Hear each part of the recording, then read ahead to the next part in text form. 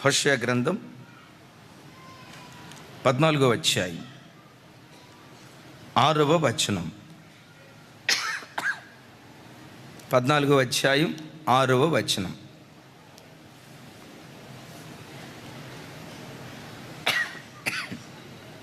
నాతో కలిసి చెప్పండి. అతని కొమ్మలు విశాలముగా పెరుగును. విన్నారా? నా వైపు చూడండి. ఇక దేవుడు ఇక్కడ అంటాడు, చెట్టునకు మంచు తోడుగా ఉన్నట్లుగా ఒక మనుషునికి దేవుడు తోడుగా ఉంటాడు, ఉండాలనేదే దేవుని ఆశ. చెట్టుకు మంచు తోడుగా ఉన్నట్లుగా దేవుడు తోడుగా ఉంటే అతని కొమ్ములు కాదు, చెప్పండి. అతని కొమ్మలు విశాలంగా పెరుగును అని రాసి ఉంటుంది. యేసు నామం పేరిట చెట్టుకు మంచు తోడుగా ఉన్నట్లుగా దేవుడు నీకు తోడుగా ఉండునుగాక. నీ కొమ్మలు విశాలంగా పెరుగునుగాక. కొమ్మలు అంటున్నారు. నాకేం కొమ్మలు ఉన్నాయన్నా? నేనేం చెట్టును కాదు కదా. దేవుని వాక్యం పిల్లలను కొమ్మలతో పోలుస్తుంది. చూడండి, కీర్తనల గ్రంథం 80వ కీర్తన. 80వ కీర్తన అందరూ చూడండి. 80వ కీర్తన 15వ చరణం. అందరూ కలిసి చదవండి. నేను రెడీ 1 2 3 స్టార్ట్ అన్నప్పుడు అందరూ మీ బైబిల్ తెరవండి. 80వ కీర్తన 15వ చరణం. Ready 1 2 3 start.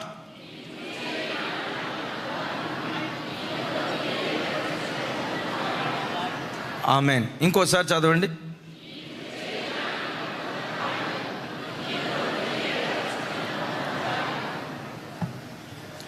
నేను చదువుతాను. నీ కుడి చేయి నాటిన మొక్కను కాయుము. పెద్దగా చెప్పండి. ఇక్కడ నీ కొరకు నీవు ఏర్పరచుకొనిన కొమ్మను కాయుము. కొమ్మ అనే చోట 1 రాసి కింద పుట్నోట్లో రాస్తాడు. ఏమని రాశాడు చెప్పండి. సరే, కుమారుడు అనే పేరు చెప్పి కలిపి మనం చదువుదాం. నాతో కలిసి, నీ కొరకు నీవు ఏర్పరచుకొనిన కుమారుని కాయుము అంటే ఇప్పుడు నాకు సమాధానం చెప్పండి. కొమ్మ దేనికి గుర్తు? అంటే కుమార్తెలు కాదని కాదు, కుమారులైనా కుమార్తెలైనా. ఏమండి, క్రైస్తవ్యంలో స్త్రీ అని పురుషుడని భేదం లేదు. క్రీస్తు యేసునందు ఇద్దరు ఒక్కటే అయి ఉన్నారు. అటుగా చెప్తాం. ఆమెన్. ఏమనుకోవద్దు, నన్ను ఒక తండ్రిలాగా అంగీకరించింది. మొదటి ప్రెగ్నెన్సీలో చక్కటి కుమార్తెని ఇచ్చాడు. ఆశపడు మగబిడ్డ కావాలని తప్పు అని నేను అనను. నాకు మగబిడ్డే కావాలి అనవసరమైన రాద్ధాంతం చేయొద్దు. ప్రభువు నీకు ఎవరినిస్తే దేవుని చిత్తంలో ఉన్న బిడ్డలే దేవుడు నీకు అనుగ్రహించునుగాక. కొంతమంది చూడండి, 2వ కానుపులో కూడా ఆడబిడ్డ పుట్టిన తర్వాత మరలా ఇదే పుట్టిందని పుట్టిన బిడ్డను తిడుతూ ఉంటారు. తప్పో. వాళ్ళు దేవుడిచ్చిన బహుమానాలు. స్త్రీ అని పురుషుడని భేదం లేదు. క్రీస్తు యేసునందు ఇద్దరు. అరే, మీరు గట్టిగా చెప్పుకోండమ్మా. మీకు సపోర్ట్కి ఎంత మంచి మాట చెప్తే చెప్పండి. ఇద్దరు క్రీస్తు యేసునందు సమానమై ఉన్నారు. యేసయ్యకి మహిమ కలుగును గాక. అమ్మా, మీకు మగపిల్లలు కావాలా ఆడపిల్లలు కావాలా? ఆడపిల్ల కాదమ్మా, దేవుడు ఎవరిని ఇస్తే వాళ్ళని. రైట్? సరే, విందాం. యేసయ్యకి మహిమ కలుగును గాక. ఇక్కడ అంటాడు, నీవు చూడండి అక్కడ, నీ కొరకు నీవు ఏర్పరచుకొనిన కొమ్మను కాయ. ఒకసారి ఈ మాట కొంచెం పెద్దగా చెప్పండి. నీ కొరకు నీవు ఏర్పరచుకొనిన నా కుమారులను కుమార్తెలను కాయుము. నీకు తెలుసా, దేవుడు నీకు అనుగ్రహించిన పిల్లలను దేవుడు తన కొరకు ఏర్పరచుకున్నాడు. నీ కుటుంబాన్ని తన కొరకు ఏర్పరచుకున్నాడు. నీ ఒక్కదానివి యేసయ్యకు సొంతం అవటం కాదు. నీ గర్భాన పుట్టిన నీ పిల్లలను కూడా దేవుడు తన సొంతం కావాలని దేవుడు ఆశపడుతున్నాడు. సొంతం కావాలని ఆశపడటమే కాదు, ఆ మాట పదును ఇంకొకసారి చూడండి. ఏమంటాడు అక్కడ? నీ కొరకు దేవుడు నీకు ఇచ్చిన పిల్లలను నీ కొరకు కాదు దేవుడిచ్చింది, దేవుని కొరకు నీకు పిల్లల్నిచ్చాడు. ఆ పిల్లలు ఎవరో తెలుసా? దేవుని చేత ఏర్పరచబడిన వారు. విన్నారా ఈ మాట? దేవుని చేత ఏర్పరచబడిన వారు. అయితే ఇక్కడ ఒక మాట అంటాడండి, భయాన్ని పుట్టించే మాట. ఏంటి? నీ కొరకు నువ్వు ఏర్పరచుకొని నా కొమ్మను అంటే కాయము అన్నాడంటే దాని అర్థం ఏంటి? అరే కాయము అన్నాడంటే దాని అర్థం ఏంటి? ఆదాంతో చెప్పాడు కదా, ఆదామా ఏదేను తోటను సేద్యం చేయి కాపుగాయ అన్నాడు. ఎందుకు కాపుగాయమన్నాడు? అరేనా ఆయన ఎంత సీరియస్గా చెప్తున్నారేంటి? ఎందుకు కాపుగాయమన్నాడు అంటే ఏదేను తోటను పాడు చేసే దుష్టుడు ఉన్నాడని కదా ఆ మాటకున్న అర్థం. కొమ్మను జాగ్రత్తగా కాయి అని ఎందుకు అన్నాడో తెలుసా? మన పిల్లలను పాడు చేసే దుష్టుడు లోకంలో సంచరిస్తున్నాడు. దేవుడేమో నీ కుమార్తెను నీ కుమారుణ్ణి తన కొరకు ఏర్పరచుకున్నాడు. తన కొరకు దేవుడు పిల్లల్ని ఏర్పరచుకుంటే వాళ్ళు ఏర్పాటులో నుంచి తొలగిపోవున్నట్లుగా దుష్టుడైన సాతాను లోకంలో సంచరించి, అందుకనే చూడండి, ఎక్కడ చూసినా ఏ తల్లి గర్భాన్ని కదిలించినా, ఏ తల్లి గుండెలను కదిలించినా మా కూతురు ఒక్క మాట అంటలేదయ్యా. అది పుట్టినప్పుడు ఎంత ఆడించి, ఎంత గారాబం చేసి, ఎంత హత్తుకున్నామో, ఈరోజు ఆ కూతురుని చూస్తే మా మనసులో అనిపిస్తుంది, ఇది కడుపులో ఉన్నప్పుడే చస్తే పోయేది కదా. అసలు ఇలాంటి కూతురు నా కడుపుని ఎందుకు పుట్టిందా? ఇది పెరిగి పెద్ద కాక మునుపు నేను ఎంత సంతోషంగా బ్రతికానో కదా, ఈ కొడుకు నా కడుపున ఎందుకు పుట్టాడా అని చెప్పి. దైవజనమా, ఈరోజు తల్లిదండ్రుల కడుపు కోతకు కడుపును పుట్టిన పిల్లలే కారణమవుతున్నారు. ఈరోజు వాక్యం వింటున్న యవ్వన బిడ్డ, నిన్ను కన్న గర్భం నిన్ను బట్టి సంతోషిస్తుందా, ఏడుస్తుందా? నవమాసాలు మోసి కని తన రక్తాన్ని పాల రూపంలో మార్చి నీకు త్రాపించిన నీ కన్న తల్లి ఉందే, 25 సంవత్సరాలు తన చేతులతో పెంచి పెద్ద చేసిన తల్లి ఉందే, నేనంట ఆ తల్లి నిన్ను బట్టి సంతోషంగా ఉందా, ఏడుస్తుందా? ఈడెందుకు నా కడుపును పుట్టాడా? ఒక్క మాట వెంటలా. ఈ మధ్య మేబీ 2 వారాల క్రితం ఏదో సర్వీస్లో నేను చెప్పాను, ఒక తల్లి వచ్చి ఏడుస్తుంది. అయ్యా 20 సంవత్సరాలు కూడా వాడికి నిండలేదయ్యా. ఎందుకమ్మా ఏడుస్తున్నావు? 20 సంవత్సరాలు కూడా నిండక మునిపే వాడు స్మోకర్, డ్రింకర్, డ్రగ్ ఎడిక్ట్, అవేవో ప్యాకెట్లు, గంజాయి ప్యాకెట్లు, గంజాయికి అలవాటు పడ్డాడయ్యా. ఇంజనీరింగ్లో జాయిన్ చేస్తే ఎప్పటికీ ఫస్ట్ ఇయరే చదువుతున్నాడు, సిన్స్ 2.5 years నుంచి. వాడి కాళ్ళు గడ్డాలు పట్టుకొని బ్రతిలాడా. అసలు నన్ను చూసి అన్నాడు, అసలు నువ్వు నన్ను కన్న తల్లి నోటుకొచ్చినట్టు అన్నాడయ్యా. అయినా నేను నా భర్తకి చెప్పలేదయ్యా, గుండెల్లో దాచుకున్నానయ్యా. ఓ తల్లి ఏడుస్తుంది.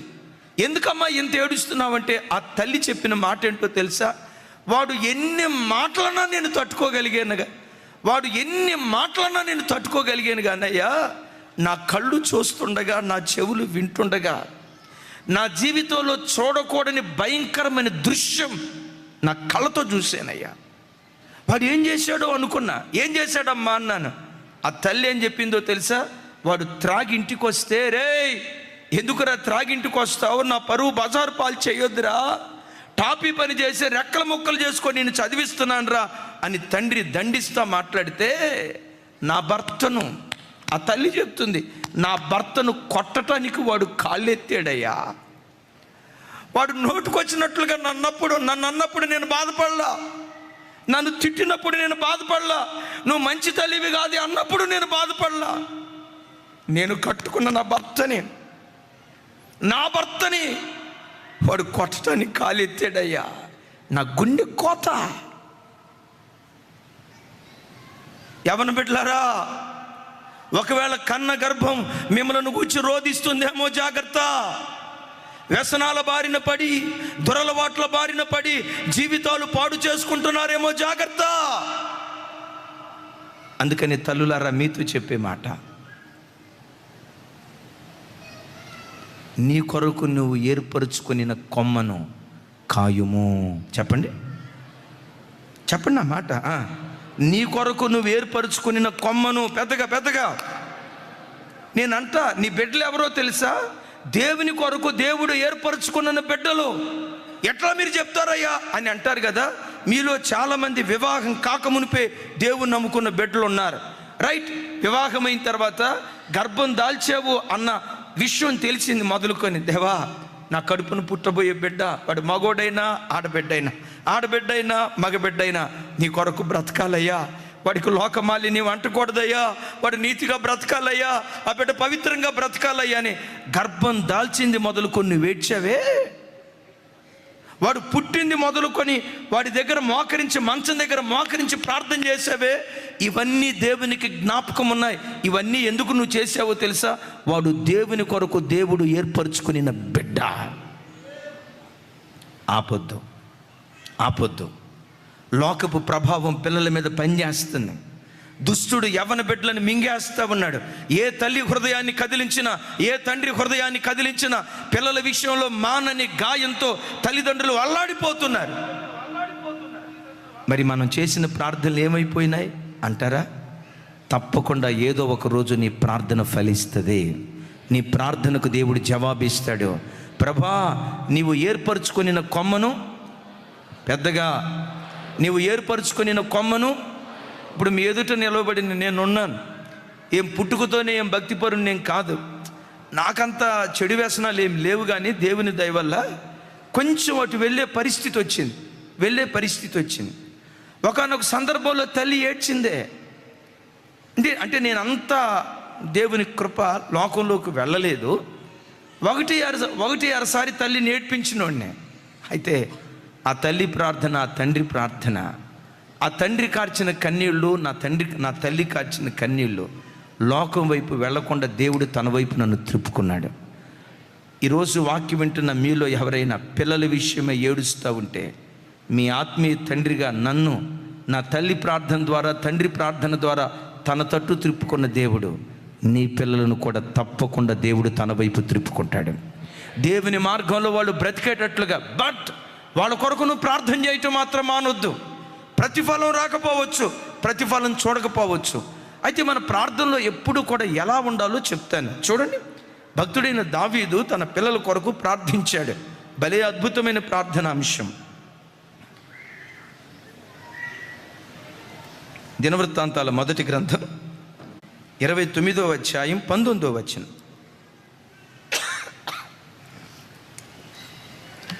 ఒకసారి నాతో కలిసి చెప్పండి. నా కుమారుడైన సొలొమోను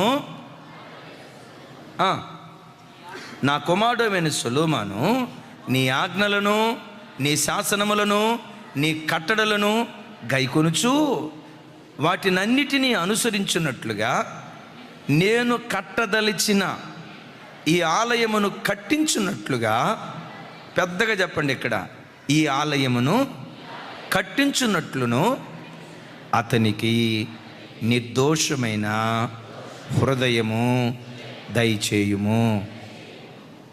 నా వైపు చూసి సమాధానం చెప్పండి. నా కొడుకు చేత మందిరాన్ని కట్టించయ్యా అని ప్రార్థన చేశాడా? నా కొడుకు మందిరం కట్టించున్నట్లుగా నిర్దోషమైన హృదయం దయచేయ్యా అని ప్రార్థన చేశాడా? అరే మాట్లాడాలి అందరూ. అమ్మా, కట్టించమని ప్రార్థన చేశాడా? నిర్దోషమైన హృదయం దయచేయమని ప్రార్థన చేశాడా? కట్టించున్నట్లుగా నిర్దోషమైన హృదయం దయచేయమన్నాడు. ఈ మాటకున్న అర్థం ఏంటో తెలుసా? నా కొడుకు ఆలయాన్ని కట్టించాలయ్యా అని ప్రార్థన చేయలేదు, కానీ ఆ ఆలయాన్ని కట్టడానికి ఎట్టి హృదయం కావాలో అలాంటి నిర్దోషమైన హృదయం నా బిడ్డకు దయచేయ్యా అని ప్రార్థన చేశాడు. ఇది మనకు నేర్పే దివ్యమైన పాఠం ఏంటో తెలుసా? దేవా, నా బిడ్డలను ఆశీర్వదించు ప్రార్థన చేయాల్సిన అవసరం లేదు. ఎందుకో తెలుసా? వాళ్ళు గర్భంలో ఉన్నప్పుడే ఆశీర్వదించి దేవుడు పంపించాడు.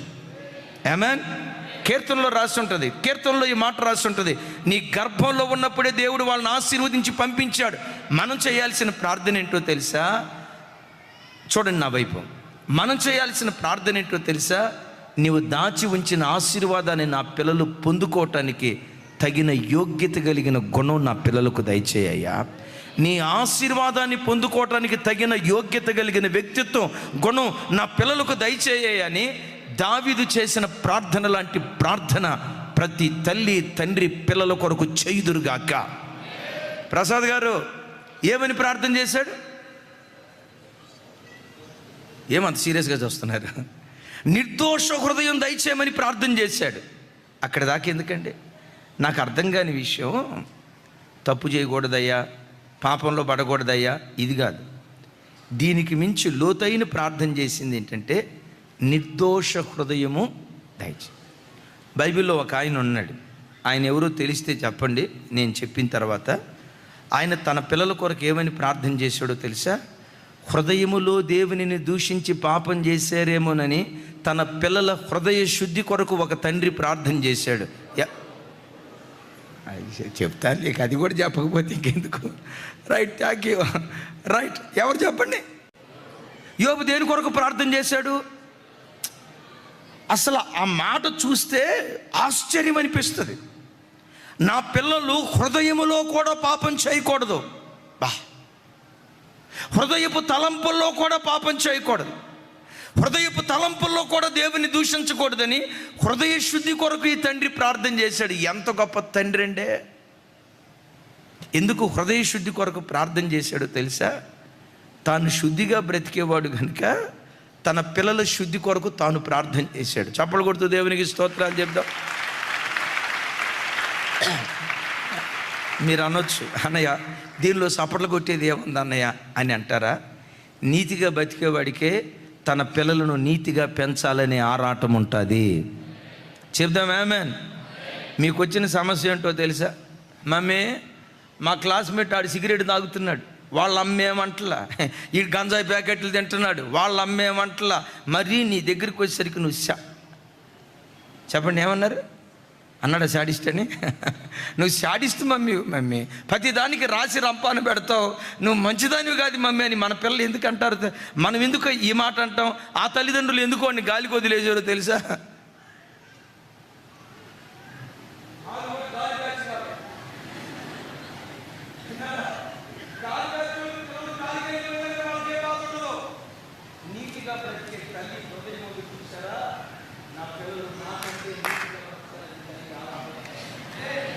గట్టిగా చెప్తాం ఆమేన్, హుషారుగా ఆమేన్. ఈ మాట చెప్పి నేను ప్రార్థన చేస్తా. ఎవరిని పెట్టారో మీలో ఎవరైనా, మా అమ్మ సాధిస్తుంది, ప్రతి దానికి అట్ట చేయొద్దు, ఇట్ట చేయొద్దు, అట్ట నడవద్దు, ఇట్ట నడవద్దు, అట్ట ముసుకేసుకోవద్దు, ఇట్ట ముసుకేసుకోవద్దు, వాళ్ళతో మాట్లాడద్దు. అమ్మమ్మమ్మ, మా అమ్మ లాంటి అమ్మ భూమి మీద ఇంకెవరికి చెప్పండి తల్లి ఉండకూడదు. అమ్మమ్మమ్మమ్మమ్మో, మా అమ్మ ఎట్టాడిదంటే తల్లి కదా, గుండెల్లో దాచుకోవాలా, దాచుకోదు. మా నాన్న ఇంటికి రావటంతో చెప్పండి మీ మాటలు చెప్పండి అమ్మా. మా నాన్న చెవు దగ్గరికి వెళ్ళి జోరీగలాగా గొయ్యి గొయ్యి గొయ్యి గొయ్యి, అబ్బబ్బబ్బా. మా నాన్న డూడు బసవన్న, మా అమ్మ ఆడిచ్చినట్టు పిల్లలు మాట్లాడే మాటలండి. తండ్రిని పట్టుకొని మా నాన్న డూడు బసవన్న, మా అమ్మ ఎట్ట ఆడిస్తే అట్ట ఆడుతూ ఉంటాడు. అయ్యయ్యో, మా నాన్నకి ఒక పిల్లోడు అంటాడు, మా డాడీకి అసలు బ్రెయిన్ లేదురా అంటున్నాడు. ఒరే, తండ్రిని పట్టుకొని ఏం మాట్లాడరా? బస్సులో వెళ్తా ఉంటే ఆ రోజుల్లో ఒకడు అంటాడు, మా డాడీకి బ్రెయిన్ లేదురా అన్నాడు. మొదటోడు ఏమన్నాడు తెలుసా? మా డాడీకి తలకాయ లేదన్నాడు. వాడు తలకాయ లేదంటే ఈడేమన్నాడు తెలుసా? మీ డాడీకి తలకాయ లేదేమోరా, మా డాడీకి అసలు బ్రెయినే లేదురా అన్నాడు. నీతిగా బ్రతికే తల్లి తన పిల్లలు నీతిగా బ్రతకాలని ఆరాటపడింది. దీనికి ఎడ్వర్డ్ విలియమ్స్ గారు ఎప్పుడూ ఒక మాట చెప్తారు, ఒక మాట, భలే చక్కటి మాట. మీకు ఎప్పుడైనా అవకాశం ఉంటే ఆ మంచి సేవకుడి వాక్యం వినండి, చాలా మంచి సేవకుడు. ఇప్పుడు సులభ కాంప్లెక్స్లు ఉంటాయి, సులభ కాంప్లెక్స్లు. మనం ఆ సులభ కాంప్లెక్స్ల మీదుగా వెళ్ళాల్సిన పరిస్థితి వచ్చింది. అంతవరకు స్వేచ్ఛగా నడుచుకుంటూ వెళ్ళిన మనం సులభ కాంప్లెక్స్ ప్రాంతానికి రావటంతో వెంటనే ఏం చేస్తాం చెప్పండి అమ్మ, చెప్పండి. కర్చీఫ్ తీసుకొని ఇట్లా అనుకుంటూ వెళ్తాం. చూసారా, అక్కడికి రావటంతో కర్చీఫ్ ఇట్లా పట్టుకొని ఇట్లా మూసుకొని వెళ్తాం. ఆ సులభ కాంప్లెక్స్లో పనిచేసేవాడు ఎవడైనా ఇట్లా పెట్టుకొని ఉంటాడా? ఇగో వాళ్ళని కించపరిచినట్టు ఉంటుందేమో మళ్ళీ.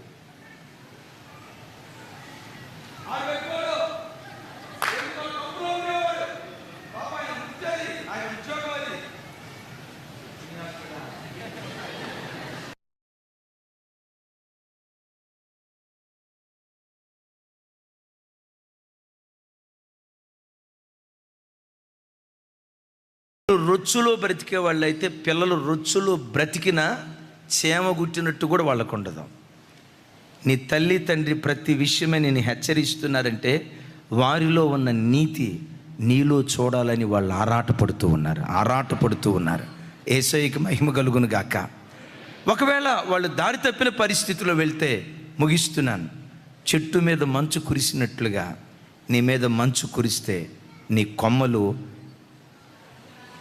చెప్పాలి నీ కొమ్మలు విశాలమయ్యేటట్లుగా దేవుడు ఆశీర్వదిస్తాడు. ఎంత విశాలమవుతాయో తెలుసా? ద్వితీయోపదేశ కాండంలో అంటాడు, నీ పితరుల కంటే నిన్ను హెచ్చుగా ఆశీర్వదిస్తాను అంటాడు. యవ్వన బిడ్డలారా, మీ తల్లిదండ్రులను దేవుడు దీవించిన దానికంటే నిన్ను హెచ్చుగా దేవుడు దీవించును గాక.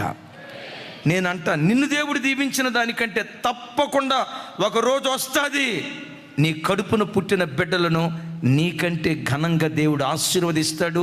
వాళ్ళ ఆశీర్వాదాన్ని కళ్ళతో చూసిన తర్వాతే నువ్వు నెమ్మదిగా ప్రభు దగ్గరికి వెళ్ళే కృప దేవుడు అనుగ్రహిస్తాడు.